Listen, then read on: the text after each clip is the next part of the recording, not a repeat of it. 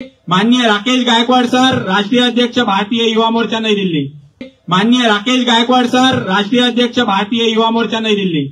माननीय राकेश कम दिखाई दे रहा है, थोड़ा सा जोश को फिर से भर दिया जाए।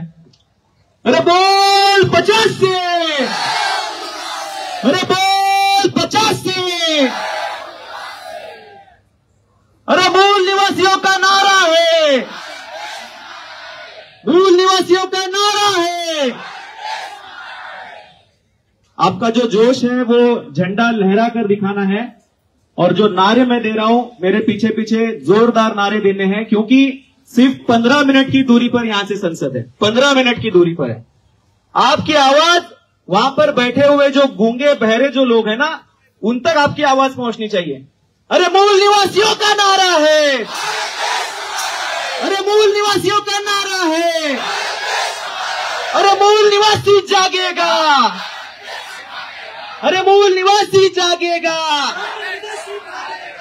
धन्यवाद, धन्यवाद, बहुत बहुत धन्यवाद साथियों।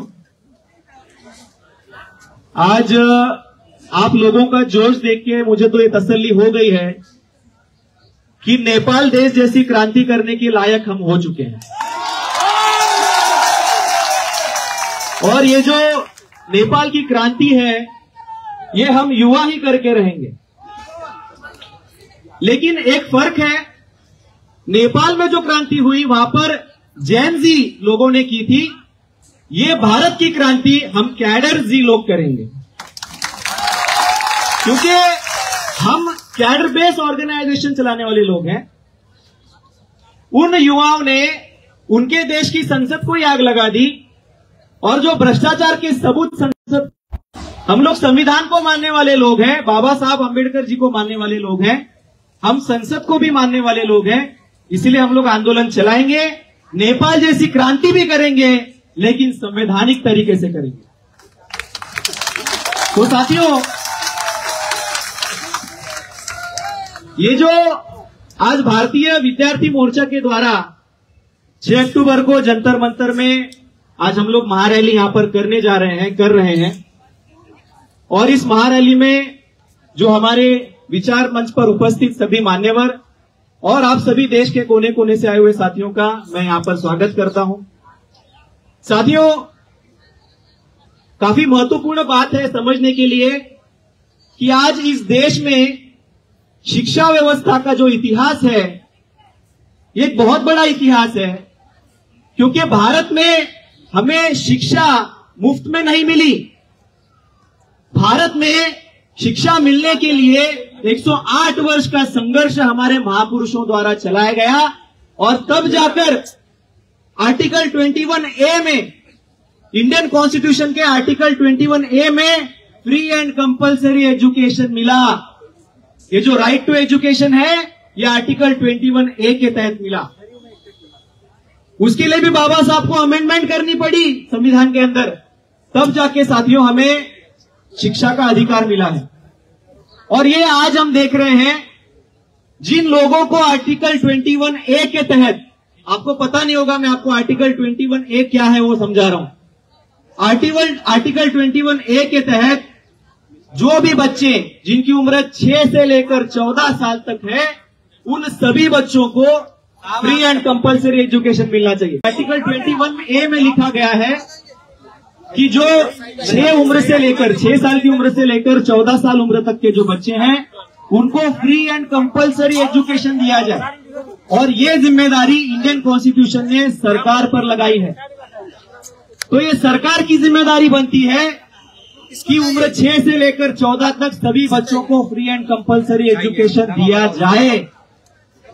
लेकिन यही वो सरकार है जो हमारे पास बजट नहीं है ये कहकर, और कुंभ मेले के लिए 7,500 करोड़ है, कुंभ मेला आयोजित करने के लिए 7,500 करोड़ है, लेकिन शिक्षा देने के लिए सरकार के पास तिजोरी में पैसे नहीं है। तो ये जो सरकार है, ये शिक्षा विरोधी सरकार है, और इन्होंने 2020 में जो शिक्षा नीति लाई, इस शिक्षा नीति के तहत हमारे बच्चों को माध्यमिक शिक्षा से, उच्च शिक्षा से, वंचित करने के लिए उन्होंने उसमें पॉलिसी बनाकर रखी है। तो इसीलिए साथियों, हमारे बच्चों को माध्यमिक और हायर एजुकेशन ना मिल सके, उनको जो बेसिक एजुकेशन है वो भी ना मिल सके, इसीलिए स्कूल मर्जिंग का नया नाटक किया जा रहा है। और इसके वजह साथियों, जो हमारे बच्चे SC ST OBC के जो बच्चे हैं, जो स्कूलों में पढ़ रहे थे, उनकी शिक्षा समाप्त करने वाली एजुकेशन पॉलिसी है। इसीलिए साथियों, एजुकेशन पॉलिसी को हमारे देश में समाप्त करने के लिए सबसे बड़ा आंदोलन चलाने की जरूरत है। और ये आगाज भारतीय विद्यार्थी मोर्चा ने किया है, और इसीलिए जंतर मंतर पर आज हम लोग हजारों लोग यहाँ पर इकट्ठा हुए हैं, ताकि आने वाले समय में ऐसी कोई भी जो गैर संवैधानिक एजुकेशन पॉलिसी है वो इस देश में दोबारा ना बन सके। मैं सिर्फ एक बात आपको कहना चाहूंगा कि आज भारत के अंदर हम लोग मोर्चे निकाल रहे हैं, हम लोग रैली निकाल रहे हैं, और 3.5% जो ब्राह्मण है वो पॉलिसियां बना रहा है। हम लोग मोर्चे निकाल रहे हैं, वो पॉलिसियां बना रहा है, वो हमारे खिलाफ में पॉलिसियां बना रहा है। 2019 में 103rd अमेंडमेंट के तहत उन्होंने क्या किया, उन्होंने EWS लाया, इकोनॉमिक वीकर सेक्शन लाया। जो गरीब ब्राह्मण है उनके लिए 10% का रिजर्वेशन लागू कर दिया।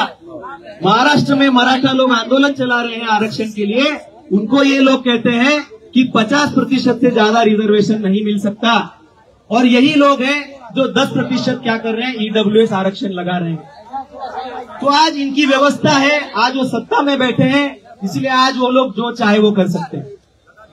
महाराष्ट्र के अंदर परशुराम आर्थिक सहाय्य मंडल बनाया, आर्थिक विकास मंडल बनाया, और उसके अध्यक्ष को मंत्री का दर्जा भी दे दिया।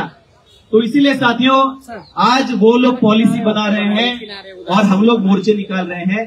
देश के अंदर जब तक EVM मशीन रहेगी, वो लोग पॉलिसी मेकर बनते रहेंगे।